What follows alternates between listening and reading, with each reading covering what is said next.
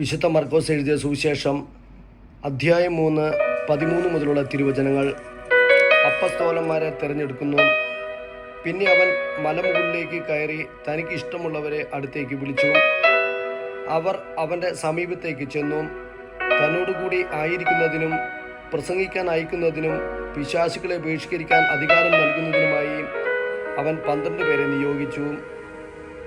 അവർ പത്രോസ് എന്ന് അവൻ പേര് നൽകിയ ശിമയോൻ, ഇടിമുഴക്കത്തിൻ്റെ പുത്രന്മാർ എന്നർത്ഥമുള്ള ബൊവനർഗസ് എന്നു പേര് നൽകിയ സെബദി പുത്രന്മാരായ യാക്കോബും സഹോദരൻ യോഹന്നാനും, അന്ത്രയോസ്, പീലിപ്പോസ്, ബർത്തലോമിയ, മത്തായി, തോമസ്, ഹെൽപ്പിയുടെ പുത്രനായ യാക്കോബ്, തദേവൂസ്, കാനാൻകാരനായ ശിമയോൻ, യേശുവിനെ ഒറ്റിക്കൊടുത്ത യൂദാസ് കൊറിയാത്ത, യേശുവും ബേൽസെബൂലും.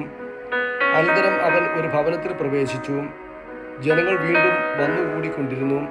തന്മൂലം ഭക്ഷണം കഴിക്കാൻ പോലും അവർക്ക് കഴിഞ്ഞില്ല.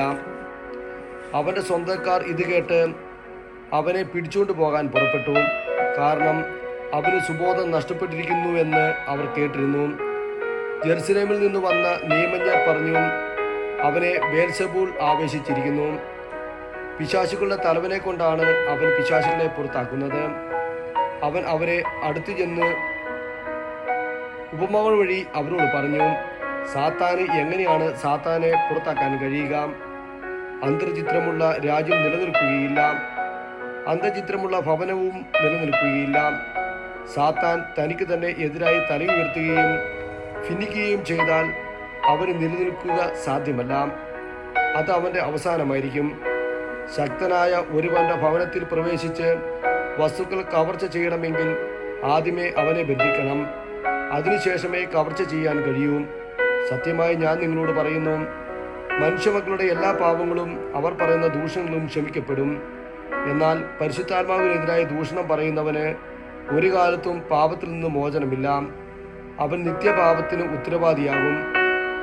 അവൻ ഇങ്ങനെ പറഞ്ഞത് തനിക്ക് അശുദ്ധാത്മാവുണ്ട് എന്ന് അവർ പറഞ്ഞതിനാലാണ്. യേശുവിൻ്റെ അമ്മയും സഹോദരരും അവൻ്റെ അമ്മയും സഹോദരന്മാരും വന്ന് പുറത്തു നിന്നുകൊണ്ട് അവനെ വിളിക്കാൻ ആളയച്ചു.